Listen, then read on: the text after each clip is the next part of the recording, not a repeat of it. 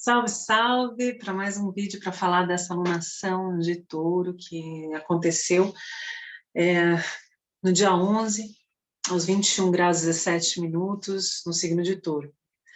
É importante a gente saber que toda vez que a gente tem uma lua nova, existe um potencial semeador, potencial criativo, onde lua e sol, enquanto oposições, né, enquanto opostos, forças de yin e yang, né, se complementam ali, se unem para trazer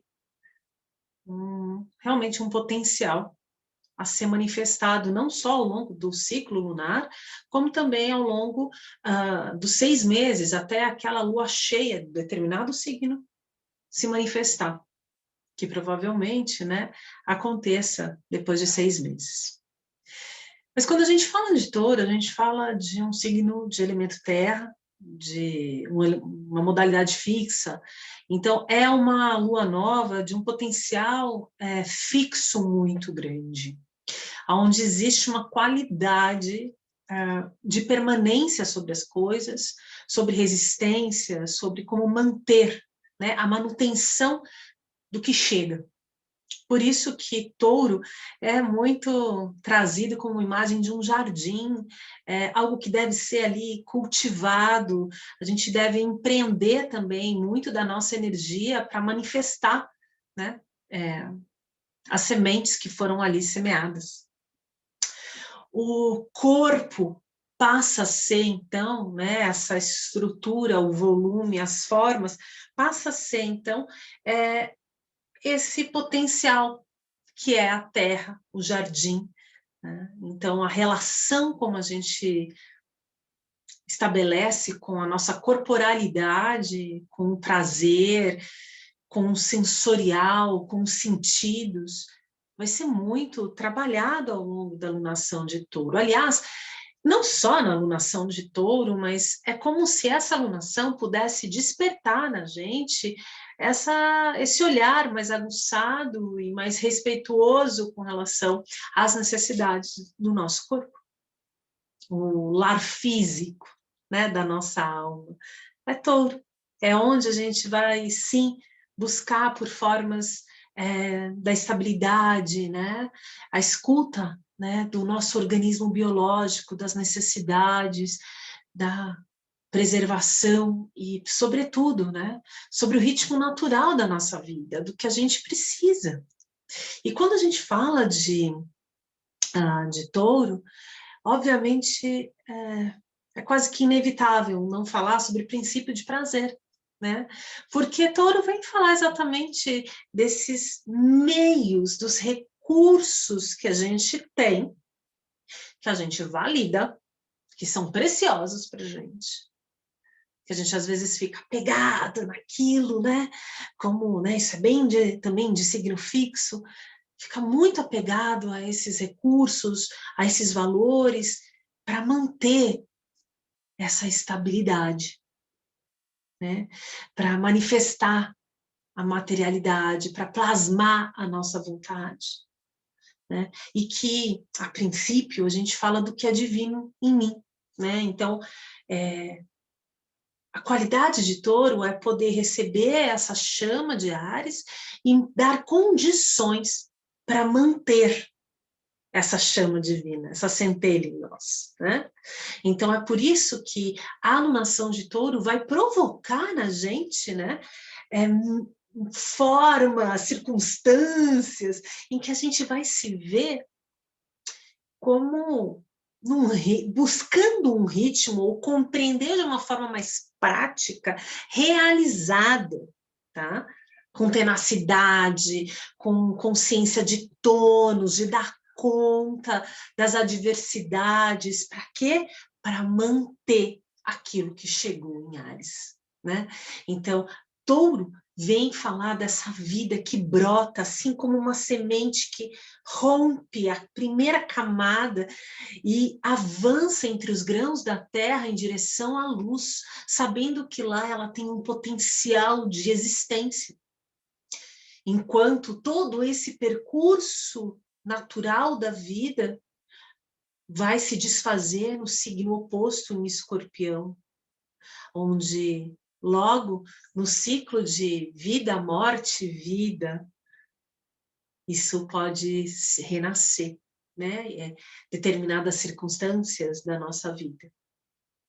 A perseverança, a consciência de abundância, do gozo, da realização, Touro é passivo em si, paciente, mas não provoque, porque senão vem como um touro bravo sobre as coisas. Então, veja a qualidade de como você está se movendo, né? E o que vem te mobilizando emocionalmente para as tuas atitudes, o que vem, né, justificando as tuas ações e como você tem ido para isso, né? Obviamente que esse signo, ele também, né, pelo seu planeta, né, moderno, Vênus, né, enfim, porque a gente tem uma regência também de Vulcano na astrologia esotérica, onde Hefesto, né, ele é honrado aqui, mas eu gostaria muito de falar um pouquinho mais para frente, mas Vênus em si vem falar da preservação do que é belo, mas é um belo natural, sabe? É uma forma original, né? Aqui a gente vem falar das expressões artísticas, assim como o trabalho dos pequenos animais, né, os insetos, as borboletas, as abelhas, as formiguinhas, dentro de um jardim, essa cooperativa em nome de Gaia, né, da preservação da vida, da manutenção, do trabalho diário, né, que Touro tem, né, para realizar o compromisso com isso, né? Então, é essa laboração diária, né, de mantar, de encantar a vida com os seus atos, né, diários. Ou seja, se em Áries a gente tinha a intenção de lançar semente, Touro vem ter esse compromisso, essa preocupação em nutrir essa semente para que ela sim possa se transformar no seu verdadeiro potencial realizado na Terra, né? Então, se a gente fala, poderia fazer essa analogia entre Áries e Touro, né? Então, aqui a gente fala de formas concretas, né? Então, não é só a partir de uma intuição, de uma sensação, né? Então, é como se a gente pudesse exercitar, né, formas, meios concretos de manifestar o nosso potencial, sejam eles, né, as ordens de um trabalho, né, as necessidades da carreira, de um projeto, de uma relação, enfim, é o momento de colocar a mão na massa, literalmente, a mão na terra, e arar essa terra, e fertilizá-la, né? Então, lidando e suportando os obstáculos, né, do dia a dia. E isso, Touro, nos traz essa tenacidade tão característica e, às vezes, bastante distorcida, quando se torna teimosia, né? E é essa teimosia que também faz com que as pessoas superem obstáculos, né? E que sigam adiante, alcancem esses desejos, né? Porque, afinal de contas, uma das coisas que Vênus mais nos traz, né, como consciência viva, é a manifestação do desejo. Né? É o princípio do prazer. É tudo que a gente deseja para a gente, atrair para a gente. Seja algo material, como uma relação, seja ela qual for. Né? Então, aqui, essa lua nova, ela tem um grande potencial, e depois eu vou compartilhar uma tela, principalmente por conta dos aspectos que se desenham, por conta da assim, a quantidade, a concentração, primeiro, de planetas que estão em Touro, né, mobilizados por aspectos com planetas que também são muito potentes, mas também por conta da concentração de signos em signos fixos, né? E a concentração da própria vontade manifestada que chega de Áries, né? Então, essa necessidade de romper com o passado, de iniciar e de ir em direção ao empreendimento, da qual você ainda não sabe como, mas que em Touro você vai ter como trazer isso à luz. Por quê? Porque justamente quando a gente tem essa lua nova em Touro, a gente tem, na diferença de 1 grau, Lilith. Lilith que está ali muito próximo, então assim, mais do que uma lua nova, é uma lua negra nova, né? A Lilith, ela vem falar sobre um aspecto do feminino, né, nosso, mas também vem falar sobre o que é rejeitado em nós. Quais são os desejos mais ocultos, mais, sabe, silenciados, que a gente deixa aquilo para debaixo do tapete? Onde é que, de certa forma, a gente se rebela em resposta a essas demandas, né, silenciadas por Lilith, que se transformam, inclusive, na nossa autossabotadora. Então, a gente tem que estar muito atenta, porque Lilith vem com essa qualidade, inclusive, da gente despertar esse potencial, porque Lilith, por estar ali na obscuridade, carrega em si um potencial criativo enorme, enorme de construção à medida, né? É muito uma energia plutoniana, inclusive, sabe? À medida que a gente lida com esses desconfortos, com esses sentimentos que nos aprisiona, por sinal, né? Independências, nesse caso, em touro, né? Dependência, inclusive, material, enfim, em relacionamentos pautados na segurança. Lilith, ela, quando é trazida ali, também é feita uma pergunta, né? Onde é que a gente pode conectar diante das necessidades que estão ali, negligenciadas, rejeitadas pela gente, que poderiam nos empoderar ainda mais?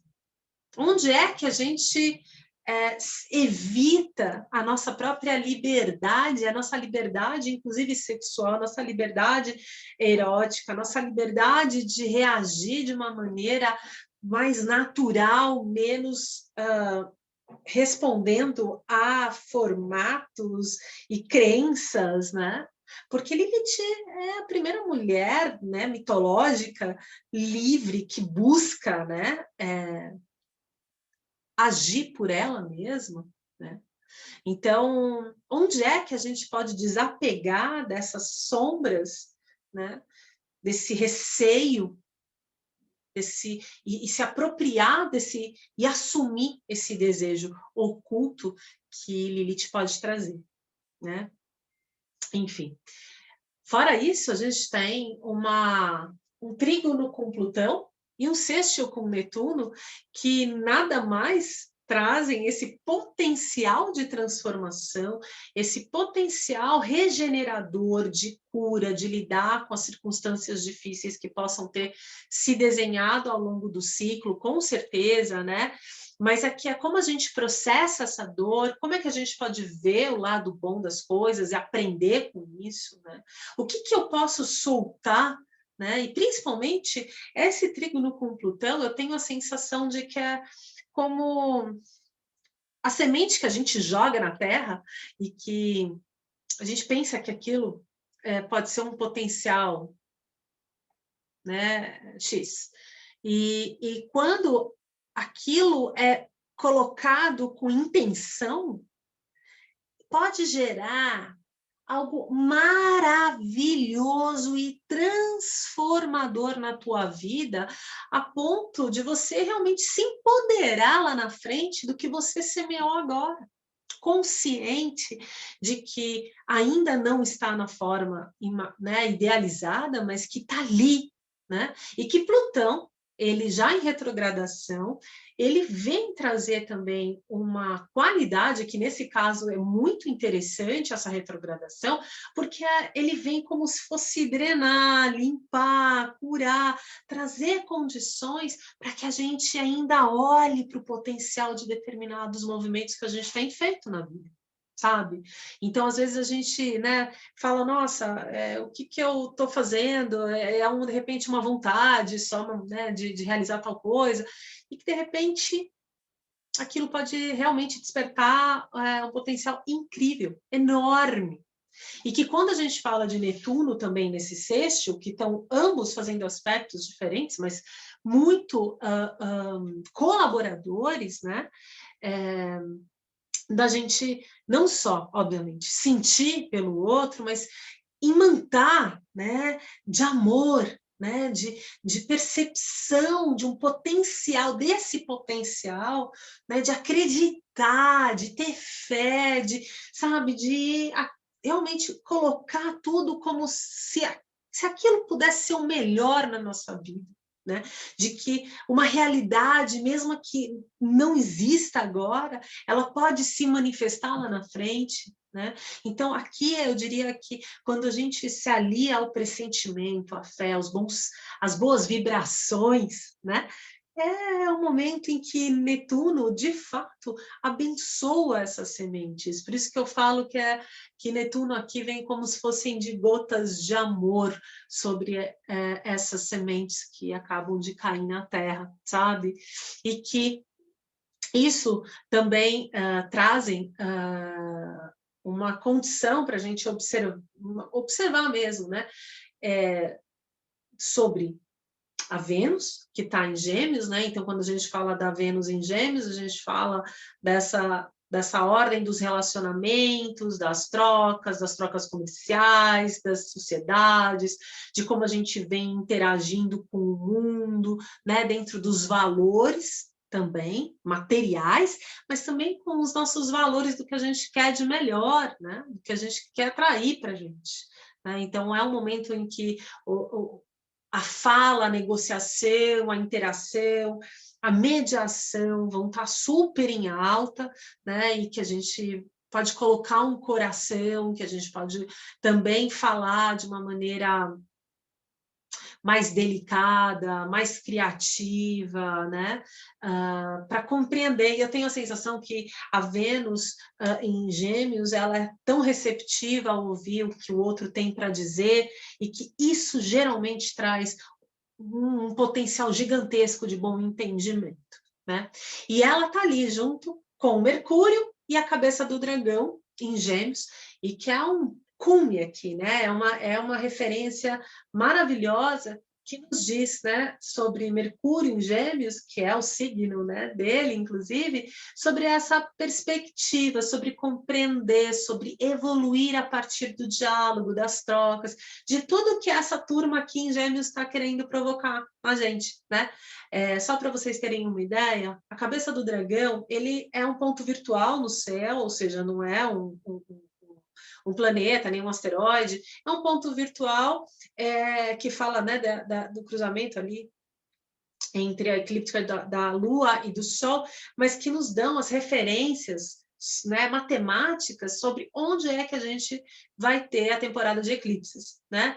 Então, querendo ou não, quando a cabeça do dragão aponta para um signo, é como se a gente precisasse romper alguns limites ali para manifestar um potencial melhor, maior, né, daquele signo para a humanidade. E a cauda do dragão fala do que é pronto para ser libertado, né? Revisto, recondicionado, né? Deixado para trás, padrões, que nesse caso são crenças, verdades, ideias, leis, o que é certo, o que é errado, né? Enfim, que a gente se aproxime mais, abra esse ponto de vista, dialogue mais e tenha um pouco mais de desprendimento para acessar o que o outro tem para dizer também. Isso acontece a cada 19 anos, ou seja, né, existe uma oportunidade que, né, uma vibração cósmica que abre verdadeiros portais para a gente a cada 19 anos diferenciar a nossa forma de se comunicar, que faz com que as narrativas se alterem, que a gente se abra para novos pontos de vista e aprenda com eles, né? Para novas frentes de pensamento, para aprender mesmo. E tudo que a gente vem vivendo ao longo, né, dessa temporada de eclipses do eixo de Gêmeos e Sagitário, certamente vem mobilizando muito sobre o que é adequado ou não quais são as leis que protegem circunstâncias, por exemplo, desse momento, onde todos, né, de alguma forma, estão tendo que interagir por novas plataformas e que nem todas as leis estão prontas para acolher as necessidades do que acontece aqui. O que é de bom tom ser publicado em grupos de WhatsApp ou em grupos sociais, de redes, né? O que cai bem, enfim, que nos leva a esse questionamento de uma moralidade ou não, né? Enfim, esse eixo vem mobilizar tudo isso, né? E que Mercúrio, nessa alunação, também entra em retrogradação, ou seja, dia 30 de maio ele entra em retrogradação até o dia 23/6, e que também vai ser um chamado para recapitular tudo isso que eu estou trazendo, tá? Porque é exatamente essa necessidade de compreender, de trazer abordar esse novo ponto de vista, essa linguagem, né? E aí, claro, a gente vai ter um eclipse, né, com a lua cheia, né? Então a gente vai estar com o Sol em Gêmeos, a Lua em Sagitário, a 5 graus, e isso vai acontecer dia 26, dia 26 não, dia 26/11/2019, a gente teve uma lua nova em Sagitário, e muitas coisas que aconteceram ali podem ser trazidas à tona agora, nesse eclipse, onde o Sol vai estar em Gêmeos e a Lua em Sagitário, tá? Então, é como se a gente pudesse trazer assuntos que foram mobilizados ou que ficaram enterrados e que agora ganham uma qualidade de mobilização. Tá? É uma lua que a gente chama lua de sangue, né? Uma lua vermelha, e que vai ter um potencial enorme para eliminar dogmas, crenças, de ideias fixadas, de moralidades, de tudo isso que eu vim falando sobre esse eixo de Sagitário e Gêmeos, né? Com a cabeça e a cauda do dragão. E onde é que, principalmente, fica a pergunta aqui, é onde a gente vem ainda respondendo de uma maneira leal a um sistema, né? De verdades, a um conjunto sistêmico, não só da sociedade, mas dentro da nossa própria família, onde é que, para eu pertencer, eu respondo a determinadas circunstâncias, leis, pessoas, comportamentos, padrões, né? Para não me libertar, né? Então, sabendo que Sagitário busca essa liberdade, né? E, ou seja, essa lua cheia que vai ser eclipsada, ela tem uma qualidade da boa vontade, né? Então, se a primeira lua, né, do ano, ela responde à Páscoa, né? Então, ela tem uma regência crística. A segunda lua cheia do ano astrológico, ela responde a Buda, né? Com o Isaac, ou Visak. E depois a gente tem a lua cheia de Gêmeos, que nem sempre é um eclipse, obviamente, mas que responde à mente divina, vem falar sobre a verdadeira intenção ali, de como é que a gente pode evoluir mentalmente, sabe? O nosso padrão de pensamento, de como a gente arquiteta as coisas, de como a gente interage com a vida, como a gente traduz a vida, compreende a partir da grande verdade, né? A gente está em dia 14, né? O Júpiter ingressando em Peixes, onde eu pretendo fazer um vídeo exclusivo para ele.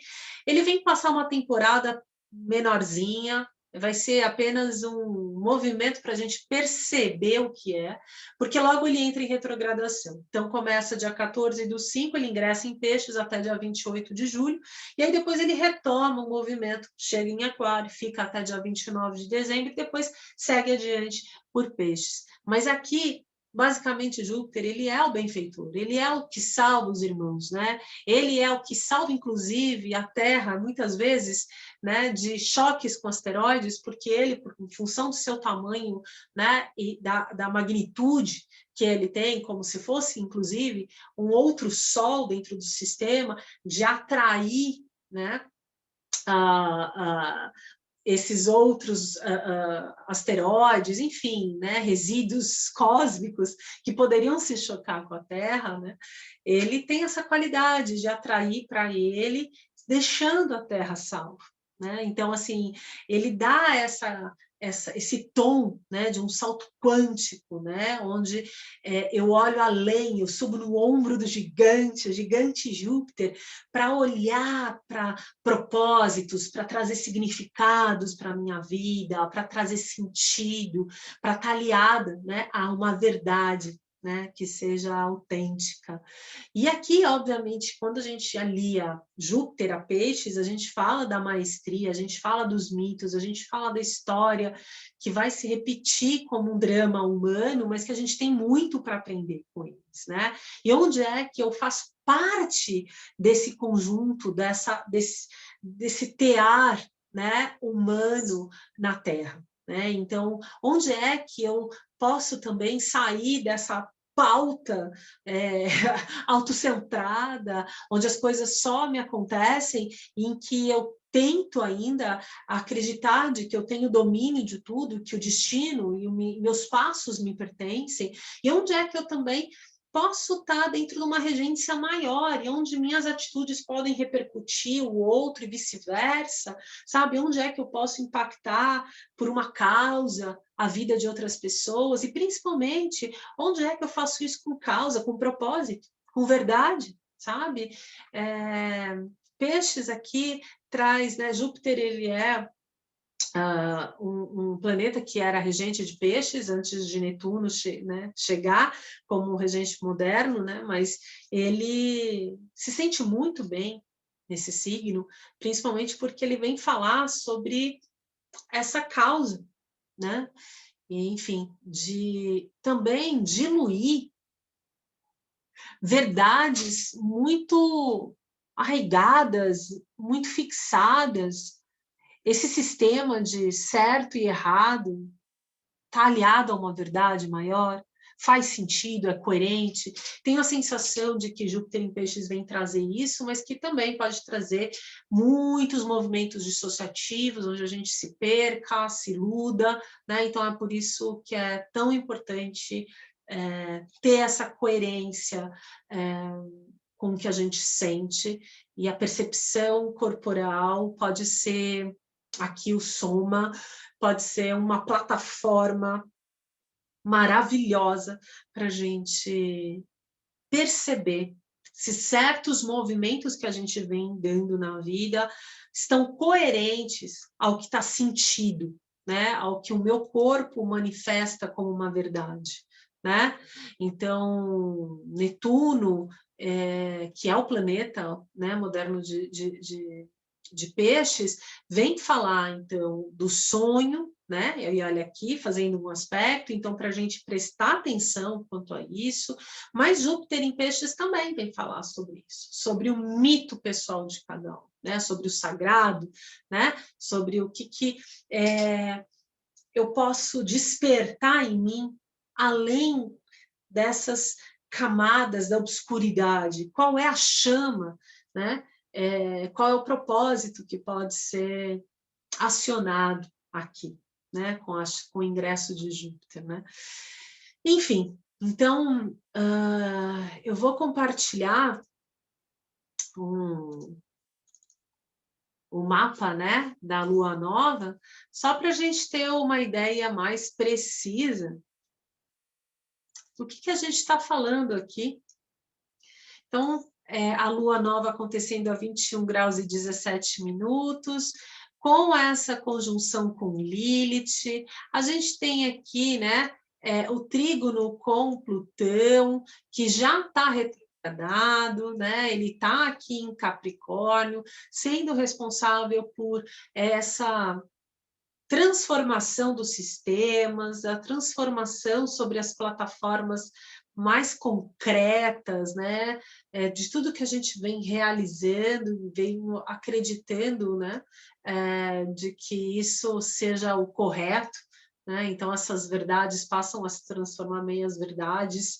Obviamente que Aqui a gente tem Netuno, né? Então, em sexto, que é isso que eu acabo de falar, mas existe um outro aspecto que é a tônica do ano de 2021, que é a quadratura de Urano, tá? Com Saturno. E é por isso que eu abri esse mapa. Por quê? Porque a lua nova de Touro, basicamente, vem ativar. E a gente vai ter momentos ao longo do ano de que isso vai ficar mais forte, depois alivia e depois volta. Então, em junho a gente vai ter um outro aspecto, e depois em dezembro, né? Mas a lua nova de Touro ativa esse aspecto que é de questionamento entre o velho e o novo, entre as velhas formas de manifestar, de realizar, enfim, de como a gente vem se comprometendo com essa mudança na nossa vida, com a mudança social, né, do coletivo, né? Esse Saturno em Aquário vem também falar sobre isso, de como a gente faz parte desse conjunto, né, do tecido humano na Terra, e de quais são esses pilares, quais são esses primeiros movimentos, os planos, né, as estratégias, as expectativas de como a gente vem se organizando para que isso aconteça. Obviamente que essa mudança não é da noite para o dia. E esse Saturno vem pedir exatamente isso. Vem pedir para a gente se planejar, olhar o que é possível, o que não é. Saturno vem trazer consciência do que nós somos na Terra, da humanidade, de como a gente faz parte desse conjunto, sobre esse sistema em si, né? E Urano, que chegou em 2018 em Touro, já vem falando, né? Já vem questionando, bagunçando a casa, dizendo, olha, as formas como vocês vêm produzindo na Terra já não são coerentes, são obsoletas, está na hora de renovar, está na hora de mudar, de deixar o que está ali muito arraigado, muito preso, muito fixado, enfim, e que isso possa se renovar. O Urano vem romper com formas muito obsoletas.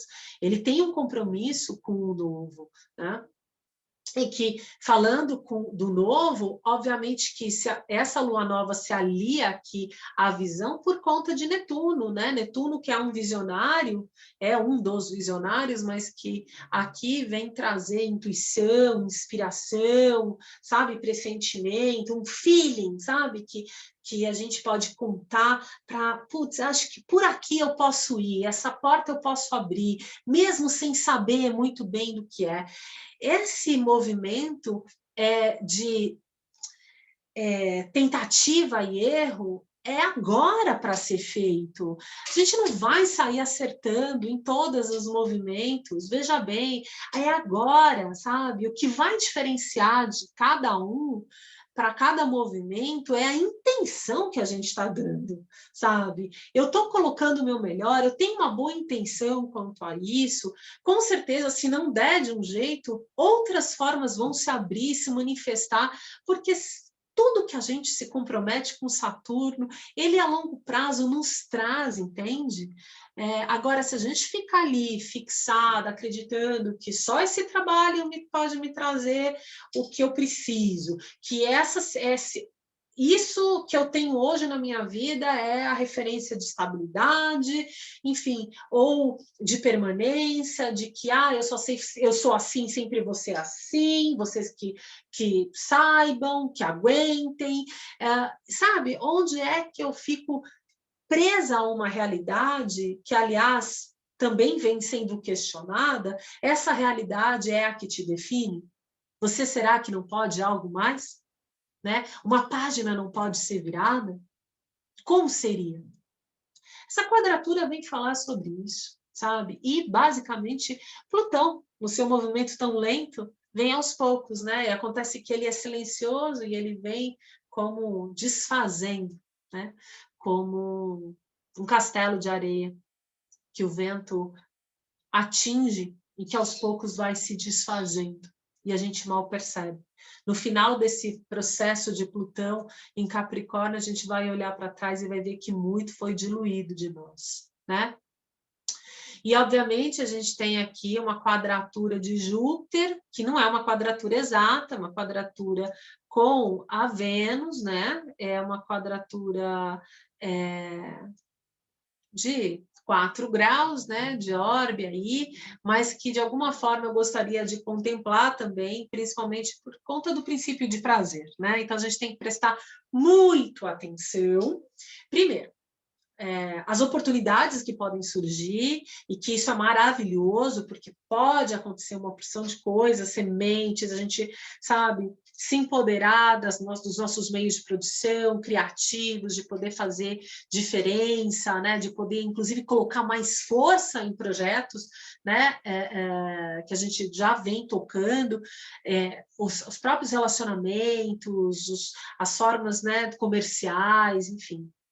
Mas aqui a gente tem que ter só um bom senso com a intensidade ou de acreditar de que o jogo já está ganho, né? Então, às vezes a gente vai responder, né, de uma maneira bastante permissiva ali também, aberta, disponível demais, né?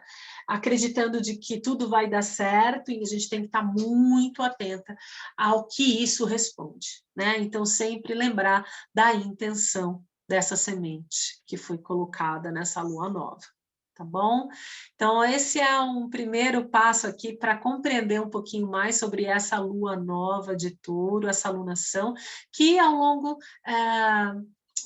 do percurso eu venho atualizando até a gente ter aí falar um pouco mais de Júpiter em peixes, né?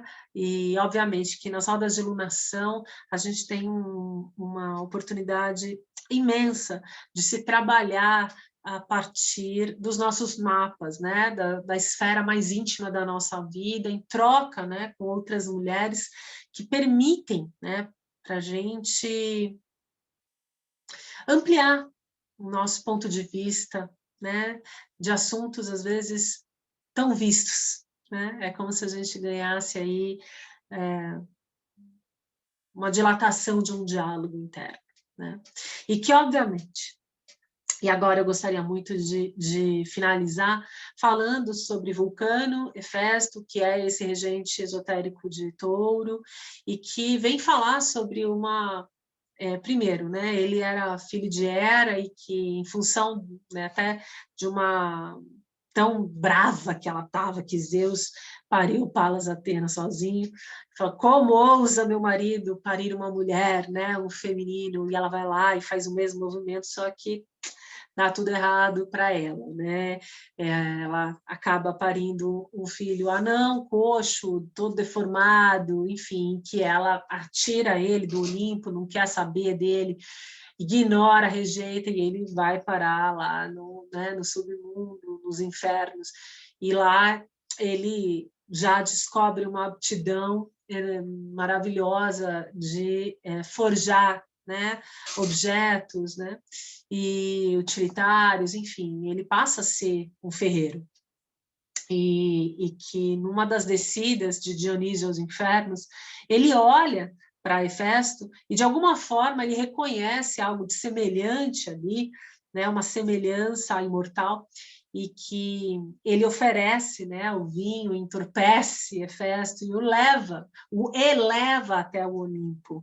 É como se aqui, né, e obviamente que enquanto Hefesto estava ali forjando os seus objetos, ele procurava meios de se vingar da sua mãe, né? Ele nutria sentimentos nocivos, onde ele ficava preso, ele mesmo se prendia e prendia o seu coração à rejeição da sua mãe, à sua história, né? E que quando Dionísio vem como se fosse uma abertura de consciência, ele se liberta. E aí é quando ele vai para o Olimpo, né? Inclusive sobre uma mula, e